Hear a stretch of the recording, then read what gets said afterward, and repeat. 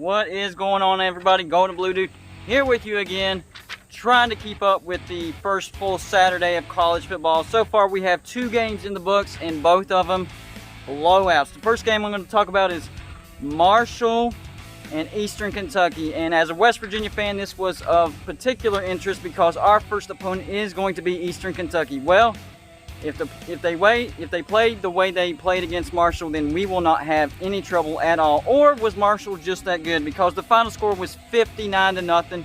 Marshall whoops Eastern Kentucky, shows them that they probably shouldn't even shown up. So the big story of this game was quarterback Grant Wells. He was 16 of 23, 307 yards passing, 4 touchdowns and no interceptions. And he sets a record for Marshall for the most passing games in a quarterback debut. He spread the ball to a ton of receivers. Keaton had 2 receptions, 68 yards, 1 touchdown. Thompson 5 receptions, 67 yards. Gaines 3 receptions, 49 yards and 1 touchdown. Morrell 2 receptions, 47 yards and 1 touchdown. Woodyard 1 reception, 42 yards, 1 touchdown.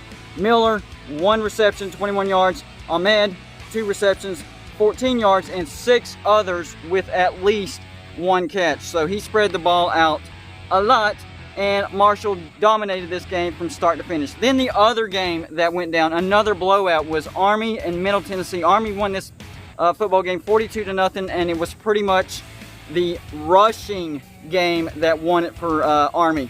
This game's going to be this team is going to be dangerous. I'm talking about Army. They're going to play at Cincinnati, and then they'll end the season against Navy. So those are the 2 games that I'm going to be particularly interested. So Army had 328 yards of rushing, and Middle Tennessee only had 60.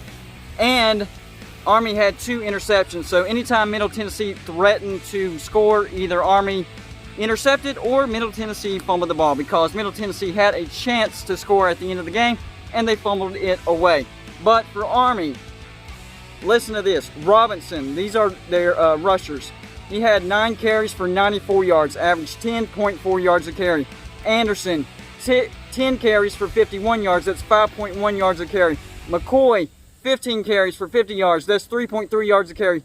Jones, 5 carries for 33 yards, 6.6 yards a carry. Buchanan, 9 carries for 33 yards, 3.7 yards a carry. Atkins had it 3 times for 29 yards, 9.7 yards a carry. And Hobbs had it 5 times for 28 yards, that's 5.6 yards a carry.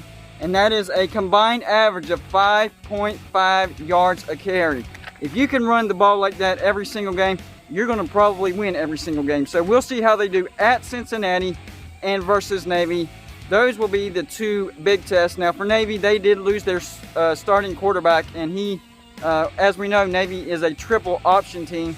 So we'll see how they fill that role. But like I said, I think Army's biggest test will be at Cincinnati and then versus Navy.